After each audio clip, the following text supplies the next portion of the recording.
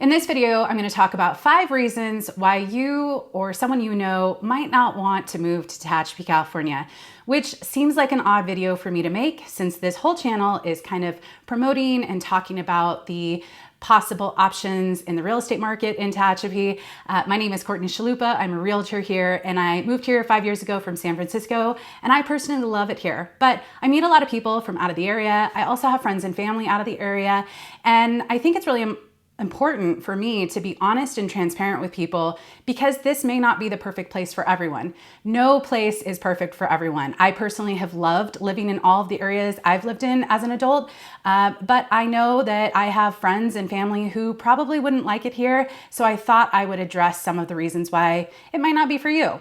If you are interested in learning more about the area, learning more about the real estate market, and potentially buying or selling a home here, definitely feel free to contact me. My information is down below and I'm here to help.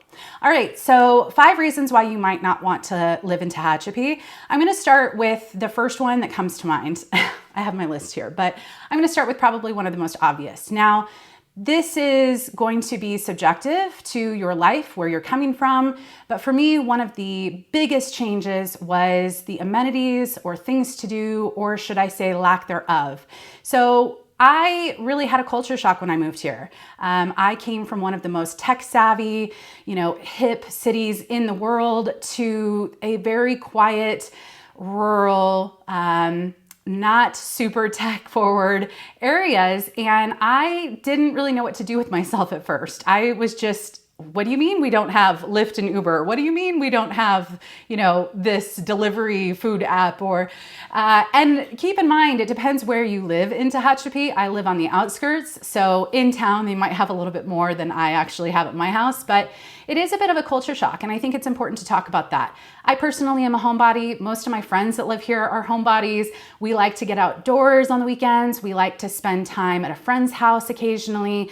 I personally spent most of my adult life going out, and I'm not looking for that on the daily. So for me, it works out perfect because I'm not needing to go out all that much. And keep in mind, there are things to do. It's just not a huge selection. This is a small area. I mean, not small in like distance, but it's small as far as population. The Greater Tehachapi Area is somewhere over 35,000 people, which again, maybe you're coming from a smaller town, or maybe you're coming from a town this size and it wouldn't be that big of a difference. But for me, coming from a huge city, it was a bit of a change. So we do have things to do and some really great summer festivals, summer farmers market. We have some great wineries and breweries with events that I absolutely love, but it's just the sheer number of things. It's not going to compare to a larger city. Also, we don't have some of my favorite stores. I get asked this by so many people who reach out. Do you have a Trader Joe's? Do you have a Costco? Do you have an In-N-Out? I think most people here would love to have certain things, but I also understand why those businesses aren't here. We are a small town. We are pretty spread out. And we're also only about 45 minutes to, Bakersfield and the Antelope Valley, which are 2 much larger cities with pretty much everything that we could need. So I actually save money not going to Target too much.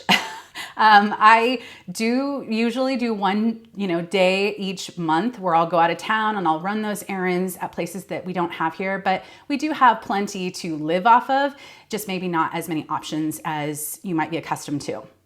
So the second reason you might not want to live here is one of the reasons I actually like living here, and you might. So, it kind of just depends on who you are and what you're wanting when you move somewhere. But the weather, I love having 4 seasons. I love having just a little bit of snow where it's not too much where we're shoveling every day, but there's a few good storms each year and you can play in the snow. But I also love that we have really nice summers, and it doesn't get as hot as the valleys below us. We are at a higher elevation. Most of Tehachapi is above 4,000 feet in elevation, but you might not want seasons. I know plenty of people who could go their whole life and never touch snow. I am not one of them. I know a lot of people here like having the variety. We have a really beautiful spring, fall, and our summer is pretty mild and our winter is pretty mild, but we do have all 4 seasons, which I love. But if you don't, there's going to be some cold weather, there's going to be some snow, and it's not going to be as warm year round as most of Southern California. So the third reason you might not want to live here is location, or rather distance from things. So Tehachapi, the Greater Tehachapi Area, is approximately 2 hours north of downtown Los Angeles. Depending on traffic, it might take a little bit longer, but that's everywhere in Southern California. And the city of Tehachapi is about 45 minutes to Bakersfield and 45 minutes to the Antelope Valley. And so while that doesn't seem too far for me, I drive a lot. I don't mind being in the car. If you maybe are looking for lots of employment options, I know that when I moved here, I was working at a startup in marketing, and there weren't really any options for me when I moved here. And so when my first year here, I did commute out of town from my house to my office. It was an hour and 10 minutes each way. Now, there was no traffic. It was a pretty easy, smooth commute, but it exhausted me. And so the great thing about these days, and a lot of my friends that have relocated here from bigger cities, is a lot of people have either a full remote job or a hybrid remote job. So maybe you still have an office in LA that you have to go to 1 or 2 times a week, but you want to actually be able to afford a home, and you also work remote at your home for the majority of the week. For me, that works perfectly. I go to LA often. It's not a bad commute, 1 or 2 days a week, but the location might be too much for some people. And just also proximity to job options. While we do have options here, as far as we have some medical facilities, we have, some solar and wind, we have lots of small businesses. We don't have large corporations or, things that might give you more options. So I just think that's important to keep in mind, the distance. All right, the fourth thing, I can't even believe I'm saying this, but I have met a number of people who have told me this, that are looking for homes, and they don't like the nature. They don't like the wildlife. They are not outdoorsy. And so, I think that, for me, I love to hike on the weekends. I love being outside. I have a garden. I have a huge, usable over-acre lot.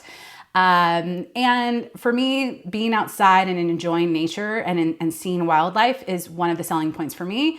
But I know plenty of people who could just not see a deer or not see the elk or not see any critters, and they would be completely fine. So, and there's kind of a middle ground, if you live in Tehachapi City, you're probably not going to be seeing as much wildlife as maybe some of the surrounding communities like Bear Valley, like Stallion Springs.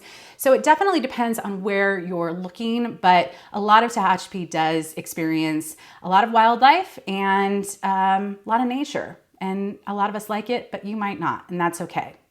All right, the fifth reason is something that I've noticed just by meeting people both in and out of real estate.